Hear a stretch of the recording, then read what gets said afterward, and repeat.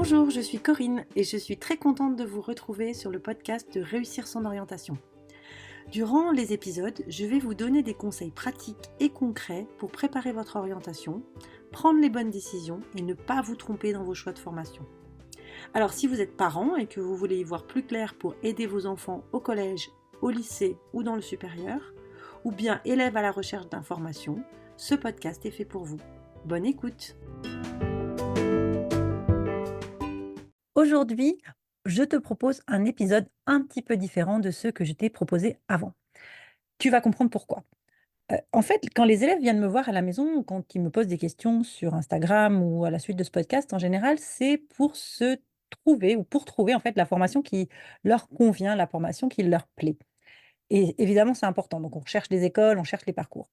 Maintenant, l'objectif évidemment de se former, c'est avant tout de trouver un travail plus tard et donc d'arriver à créer un parcours qui va aussi plaire aux employeurs. Et donc je me suis dit que ça pourrait être intéressant d'envisager l'orientation du point de vue des employeurs. C'est-à-dire aujourd'hui, les ressources humaines d'une entreprise, qu'est-ce qu'ils recherchent comme profil? Qu'est-ce qu'ils recherchent comme diplôme? Heu et qu'est-ce qui ferait que tu pourrais devenir un candidat intéressant pour une entreprise? Alors, comme je travaille avec énormément d'élèves qui ont envie d'avoir un parcours international, je me suis dit que je pourrais commencer cette série, en interviewant, une personne qui travaille aux ressources humaines d'un grand groupe et en l'occurrence, j'ai trouvé et j'ai rencontré Marion. Donc Marion, elle travaille à la direction des ressources, humaines du groupe Ferrero au Luxembourg. Donc Ferrero, je pense que tu connais, c'est un grand groupe qui va recruter plein de profils très différents en finance, ressources humaines, management, vente, enfin plein de profils et puis surtout, c'est un groupe qui va recruter des personnes qui viennent du monde entier, des Européens, mais aussi des non-européens et donc je lui ai posé des questions et j'ai noté ses réponses et je me suis dit que ça serait sûrement intéressant pour toi de savoir qu'est-ce que ces grands groupes recherchent dans les candidats. Alors, si tu veux bien, me dire soit sur, mon compte Instagram Réussir son orientation ou dans les notes de cet épisode si ce type d'information est intéressant pour toi, bah, ça serait chouette. Comme ça, si ça te plaît, bah, moi je pourrais aller peut-être demander pas seulement à des groupes internationaux, peut-être à des groupes français, à des petites entreprises, un petit peu quel est le profil des élèves et surtout les formations qu'il faut faire pour travailler dans certaines entreprises. Alors ici, on va parler, surtout des critères qui vont être évalués dans le recrutement des candidats. On va pas trop savoir, pas trop parler forcément de comment enfin, il faut faire pour postuler dans ces groupes, là, c'est pas l'idée. Mais donc là, Marion, elle a partagé avec moi, en fait, 4 critères qui sont pour elle vraiment très intéressants et qui sont les critères que, Ferrero recherche et regarde précisément quand, il cherche à recruter un candidat. Alors on y va pour les critères qui m'ont été proposés par Marion. Alors le premier critère, tu vas pas être très, très étonné, c'est ton parcours académique. Alors selon Marion, en fait, c'est pas forcément, vu que Ferrero est un groupe international, le nom de l'école ou le nom de la formation qui va faire la différence, d'accord? Marion, pardon, elle est française, elle connaît très bien les écoles françaises, mais c'est pas forcément le cas de ses collègues qui sont, grecs, mexicains, bulgares et donc comme il va y avoir un grand nombre de candidats qui postulent un grand nombre de formations différentes, c'est pas forcément le nom de la formation qui va faire qui va être le premier critère de sélection. Alors malgré tout, évidemment, il y a certaines formations qui sont connues internationalement, qui ont une grande renommée et si tu peux rentrer dans les formations de renommée internationale et là, il suffit d'aller voir dans tous les classements, Financial Times ou Shanghai, enfin voilà, tous ces classements que tu connais bien. Évidemment, si tu peux, enfin intégrer une de ces formations, bah, forcément tu as une longueur d'avance, c'est évident. N'empêche que si tu es dans une plus petite formation, enfin une université ou une école qui est peut-être pas aussi bien classée, pour Marion, ça ne veut pas forcément dire que tu n'as pas tes chances, au contraire. Alors, au niveau le niveau scolaire pour entrer dans ce groupe-là, c'est le master. Pour, Marion, un jeune qui a fait un master, c'est quand même un jeune qui a persévéré, qui a aussi atteint une certaine culture générale, des capacités de rédaction et à côté de ça aussi une approche théorique. Donc le master, c'est quand même important. Une autre chose au niveau du parcours académique qui est important, c'est tes notes. Donc si tu as eu des bonnes notes, que tu as bien été bien classé, bah, n'hésite pas là aussi à les mettre en évidence dans ton CV. Et donc ça rejoint un petit peu ce que je t'ai dit, c'est pas parce que tu as réussi Parcoursup et que tu as obtenu la formation, dont tu rêvais, il faut se dire que bah, voilà, tout est bon. Je t'ai déjà expliqué, hein, les notes que tu vas avoir en licence vont te permettre d'intégrer un master. Et surtout, bah, toutes ces notes-là, elles vont être regardées aussi dans ton CV et il ne faut pas hésiter à les mettre en évidence. Alors, si évidemment, dans le groupe Ferrero, il y a un poste beaucoup plus spécifique à pourvoir, ben forcément, là, on va attendre des formations très spécifiques. Mais voilà, globalement, on va pas forcément atteindre une école de commerce ou des personnes qui ont fait une prépa parce que évidemment, tout ça, c'est purement français. C'est pas des acquis, enfin des attentes qui sont dans ce groupe-là, puisqu'il y a des pays dans lesquels bah, il n'y a que les universités, par exemple. Alors, aussi, une dernière chose par rapport à la formation, c'est que ton bachelor, qui pour toi, quand tu es en train de postuler en Parcoursup, te semble être la chose la plus importante au monde, bah, Marion confirme qu'en fait, non, hein, ce qui va compter, c'est vraiment ton master.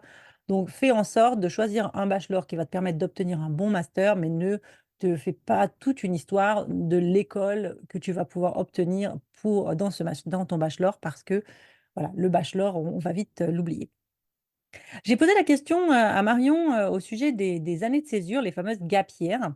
Est-ce que c'était quelque chose qui était, regardé comme un atout? Est-ce que c'était quelque chose qui était problématique? Et donc selon Marion, bah, en fait, ça dépend de ce que tu vas faire pendant ton année de césure. C'est-à-dire que si c'est une année de césure que tu as prise, pour, attendre un petit peu et réfléchir, mais sans forcément mettre en avant ce que tu as appris, c'est peut-être pas forcément un atout pour toi. Maintenant, si cette année de césure, elle a vraiment été bien utilisée et que tu peux démontrer qu'aujourd'hui, parce que tu as voyagé à l'étranger, bah, tu peux t'adapter dans un nouvel environnement, parce que tu as rencontré des nouvelles personnes, aujourd'hui, tu es capable de travailler dans un environnement interculturel, bah, tout ça, ça peut être intéressant. Et de manière générale, c'est vrai que dans un groupe international, bah, toutes tes expériences à l'étranger, semestre à l'étranger avec Erasmus ou stage à l'étranger, ou même études à l'étranger bien évidemment, bah, forcément c'est un gros atout, d'accord? Donc, pourquoi? Bah, évidemment parce que, tu vas avoir un bon niveau d'anglais, on va y revenir, mais en fait, une expérience à l'étranger, ça te permet plus qu'un bon niveau de langue. Une expérience à l'étranger, on en avait déjà parlé avec Louise dans l'épisode 52 sur les études à l'étranger. Des études à l'étranger, ça te permet aussi de comprendre une culture, de t'adapter aux autres. Et donc ça, c'est vraiment très intéressant quand tu veux travailler dans un groupe international. Donc, première chose, ton parcours académique. La deuxième chose qui est regardée par un groupe international, bien évidemment, je t'en ai un petit peu parlé, bah, c'est ton niveau d'anglais. C'est fondamental d'avoir un bon niveau d'anglais pour travailler dans un groupe international. Alors, Marion me dit, c'est pas nécessaire d'être bilingue au départ, hein, ça c'est certain, mais il faut quand même être capable de vraiment pouvoir s'exprimer correctement, comprendre ce qui se dit en anglais. Et de toute façon, tous les entretiens d'embauche vont être faits en anglais et en vidéo. Donc, il y a pas si tu veux un parcours international, il y a pas d'autre solution pour toi que très, très vite te mettre à l'anglais, et prendre toutes les opportunités. Et là aussi, il y a plein, plein de manières sans forcément avoir un séjour linguistique, qui va parfois te coûter très cher. Mais, ne pas hésiter à écouter les séries en VO, les films en VO, changer, la langue de ton téléphone. Il y a tellement de manières aujourd'hui, même avec l'intelligence, artificielle, de pouvoir, progresser en anglais. J'avais partagé un site internet qui s'appelle Gliglish, une intelligence artificielle là, qui te permet, d'avoir ton tuteur personnel à la maison en langue. Il y a tellement de façons aujourd'hui de progresser en anglais. Voilà, si c'est quand même quelque chose que tu as en tête, n'hésite pas. Je pense qu'un niveau, au moins C1, c'est quand même le minimum pour pouvoir, travailler dans un groupe international. Le troisième élément, et c'est selon Marion l'élément qui fait vraiment toute la différence, c'est celui qui est le plus important, c'est le stage. Donc Marion m'a dit que, bah, dans le groupe Ferrero, les ressources humaines reçoivent des milliers de CV et donc le stage pour Marion, c'est un moyen de repérer les talents. Alors pourquoi? Bah, parce que forcément dans un stage, on va comprendre ce que le jeune a appris. On va essayer de comprendre aussi si son parcours est cohérent. Et ça, c'est ton travail évidemment, quand tu écris ton CV, de montrer cette cohérence, même si toi, parfois, tu es en train de faire ton stage et tu es en train de faire ton CV et crois-moi, j'ai été là aussi, tu te dis: «Mais ça a aucun sens en fait» et c'est le travail que je fais avec mes étudiants en BTS souvent. En fait, prendre un peu de recul et d'essayer de voir un peu la ligne directrice, le fil rouge et ça, il va falloir essayer justement de le vendre. Parce que, tu peux, avoir fait des stages, peut-être très intéressants, mais pas être capable de bien les expliquer dans ton CV. Et donc là, l'objectif du stage, c'est évidemment de faire un bon stage, mais surtout de vendre le contenu. Et ce que me disait Marion, c'est que clairement, la structure du stage est intéressante, mais ce sont quand même les missions qui vont être analysées. Donc, un petit peu comme les équipes, comme on a dit pour les écoles, en fait, bah, l'équipe de Marion, elle ne va pas connaître toutes les entreprises. Alors, évidemment, il y a des grands noms que tout le monde connaît, et ça peut attirer l'attention, c'est certain, mais ça ne fera pas tout. Si tu as fait un stage, je ne sais pas moi, chez Google, par exemple, mais dans lequel tu as seulement fait de l'observation, bah, ça peut-être peut-être difficile pour toi de le vendre, alors que tu peux avoir fait un stage dans une entreprise de taille peut-être plus moyenne, mais dans lequel tu as été ultra autonome, tu as pris beaucoup d'initiatives, tu as peut-être aussi travaillé sur un projet qui va être très intéressant pour Ferrero, et ça peut être vraiment un atout, d'accord?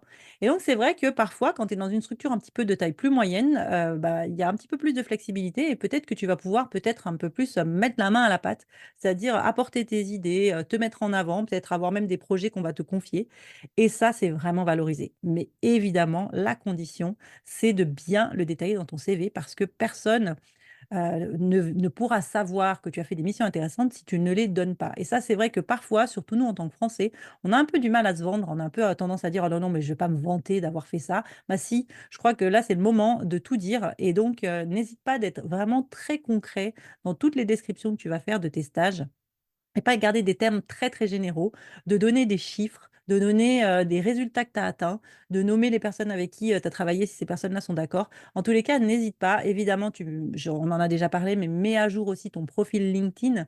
Il y a certaines personnes qui peuvent, te faire des recommandations à la fin de ton profil, n'hésite pas là non plus à le faire.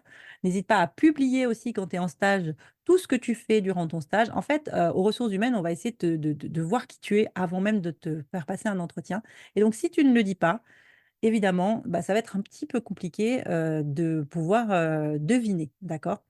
Donc, l'objectif en fait des stages pour Marion, c'est qu'en fait de repérer des candidats qui sont capables d'apprendre, d'accord? Et pas de reproduire ce qu'on leur dit. Et donc forcément, bah, plus tu auras eu des stages variés mais qui ont quand même ce fil rouge quelque part, bah, plus tu vas montrer à la structure que quelque part, toi, tu es un bon apprenant. Toutes les procédures d'une entreprise, de toute façon, bah, elles sont propres à chacune et donc tu vas devoir les apprendre en rentrant dans cette entreprise. Et donc ça, il y a des processus dans les entreprises qu'on va t'apprendre, on va t'aider, il y a pas de souci. Mais cette capacité à être flexible, cette capacité à apprendre, bah, ça, forcément, elle doit venir de toi. Et donc ça fait aussi, Marion a aussi fait référence à autre chose qui peut être intéressant puisque, je répète, un Ferrero est un groupe international. Je lui ai posé la question: «Mais est-ce que ça veut dire qu'il faut avoir fait des stages, dans plein de grandes villes internationales, avoir Paris, Londres, Barcelone noté sur son CV?» Là aussi, elle me dit: «Bah, écoute, ça vraiment, ça dépend du contenu du stage parce que on peut se poser plusieurs questions. C'est-à-dire, oui, si tu as fait des stages uniquement dans des mé à New York, à Paris ou à Londres, la question c'est, si tu vas travailler par exemple pour Ferrero qui est basé au Luxembourg, est-ce que tu vas être à l'aise dans une ville qui est aussi petite finalement que le Luxembourg? Est-ce que tu es quelqu'un qui a la bougeotte, qui change sans arrêt?» Donc voilà, tout ça, c'est quelque chose que tu vas devoir expliquer, dans ta lettre de motivation aussi. Heu, L'objectif en tous les cas, c'est surtout de mettre en valeur ce que tu as fait, de mettre en valeur ce que tu es et pas de te dire au départ: «Ah j'ai pas de grand nom, j'ai pas de grande ville, et donc c'est pas possible pour moi de travailler dans un grand groupe». C'est pas le cas. Alors tu vas me dire: «Oui, mais comment je fais pour trouver ces stages?» Donc là aussi, j'avais fait un épisode de podcast sur trouver un stage en seconde, mais clairement ça ressemble un petit peu à ce que tu vas pouvoir faire, donc trouver un stage tout le temps. L'objectif et je crois qu'une des meilleures façons de trouver un stage, c'est de te développer un réseau et crois-moi, il y a des personnes avec lesquelles je travaille qui ont pas de réseau au départ, mais au fur et à mesure, tu vas te construire ton réseau, au fur et à mesure de tes formations, au fur et à mesure de tes stages, au fur et à mesure de tes rencontres. N'hésite pas à justement faire grandir ton réseau pour arriver à trouver des stages vraiment qualitatifs. Le quatrième élément qui est observé chez Ferrero quand et recherché par Ferrero quand, l'entreprise fait des recrutements, c'est les soft skills. Alors les soft skills, en fait, ce sont à l'inverse des hard skills qu'on apprend finalement, concrètement, qui sont des processus concrets qu'on sait faire. Les soft skills, c'est quelque chose, que tu es, c'est des capacités voilà, à être dans un groupe, c'est des capacités qui te sont propres et ça tu vas me dire: «Oui, mais c'est gentil, les soft skills, c'est un peu bateau». Pourtant, Marion, elle me l'a dit, un contenu d'un métier, en fait, ça peut s'apprendre. Les soft skills, ça s'apprend aussi, mais ça prend plus de temps. Mais c'est vraiment quelque chose que tu vas, avoir l'occasion de développer par toutes les expériences que tu vas avoir à l'université ou dans les écoles, par toute ta vie, en fait, extrascolaire. Les soft skills, ils s'apprennent rarement en cours. Les soft skills, ils s'apprennent surtout quand on n'est pas en cours, justement. Donc, travaille-les, fais partie, si tu peux, bah, de groupes, je ne sais pas si tu es au lycée, va au CD va au comité de la vie lycéenne, par exemple, fais du bénévolat, essaye de t'intéresser aux autres et essaye d'organiser des événements. En tous les cas, travaille, tout ce que tu vas pouvoir faire à l'extérieur des cours pour pouvoir définir ces capacités-là. Et ce que Marion m'a dit et que j'ai trouvé aussi intéressant, c'est qu'en développant tes soft skills, tu vas aussi travailler sur tes valeurs, c'est-à-dire ce qui compte pour toi.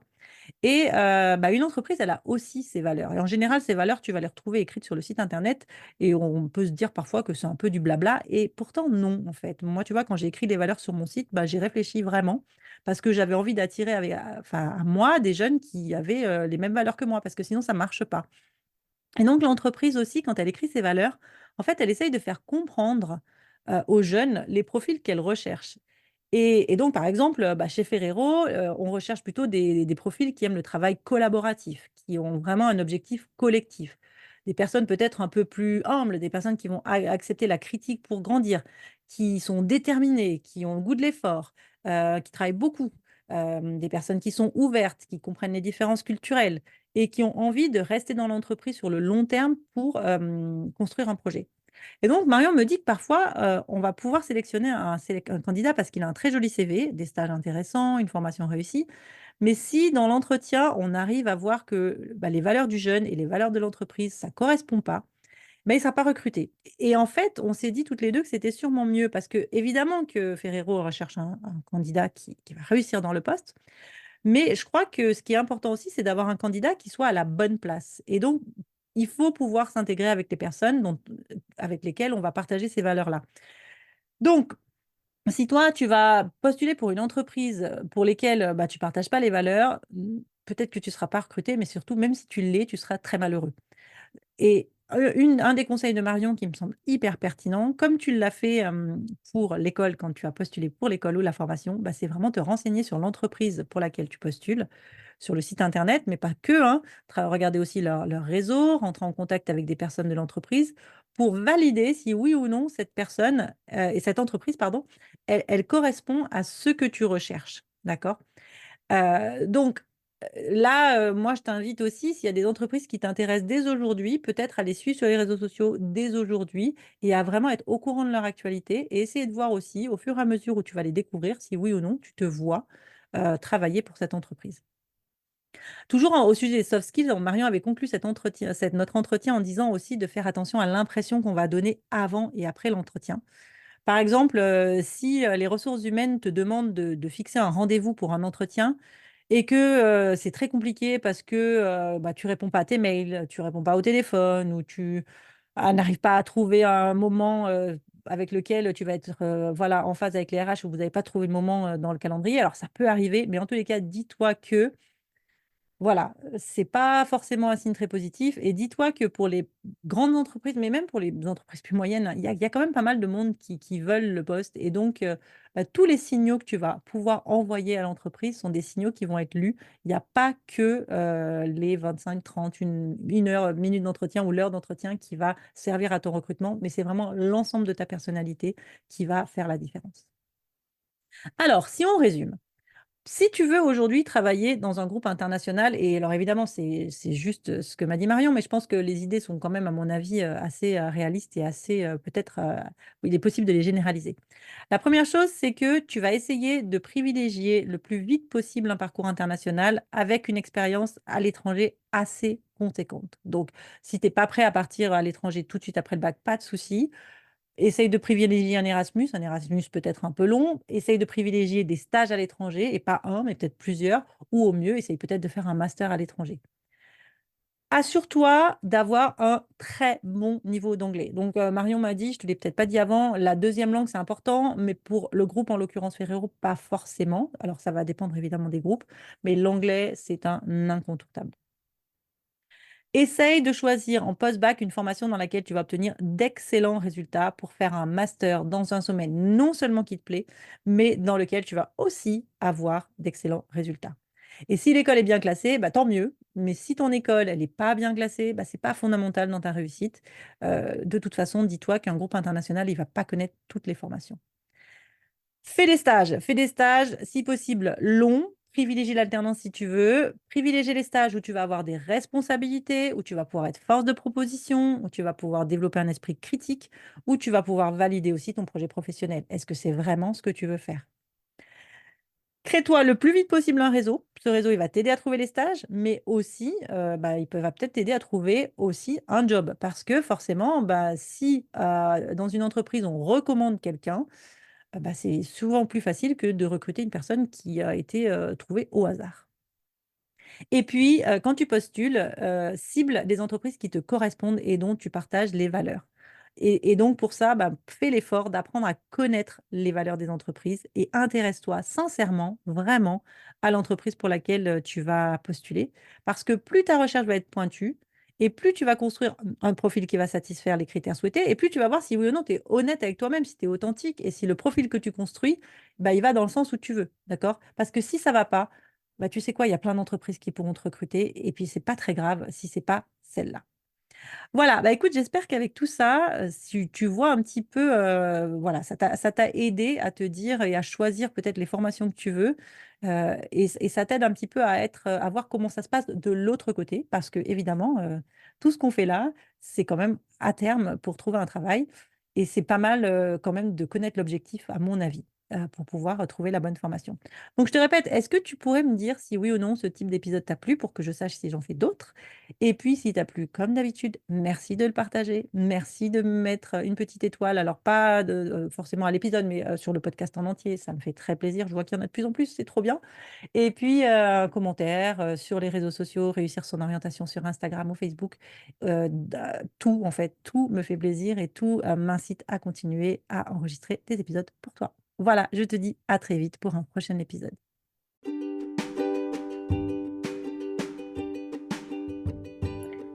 Voilà, j'espère que cet épisode vous a plu. N'hésitez pas à le partager et à vous abonner à ma newsletter où une fois par mois, je partage des informations sur l'orientation et je vous invite à des ateliers gratuits avec des thèmes très utiles pour vos enfants. À bientôt!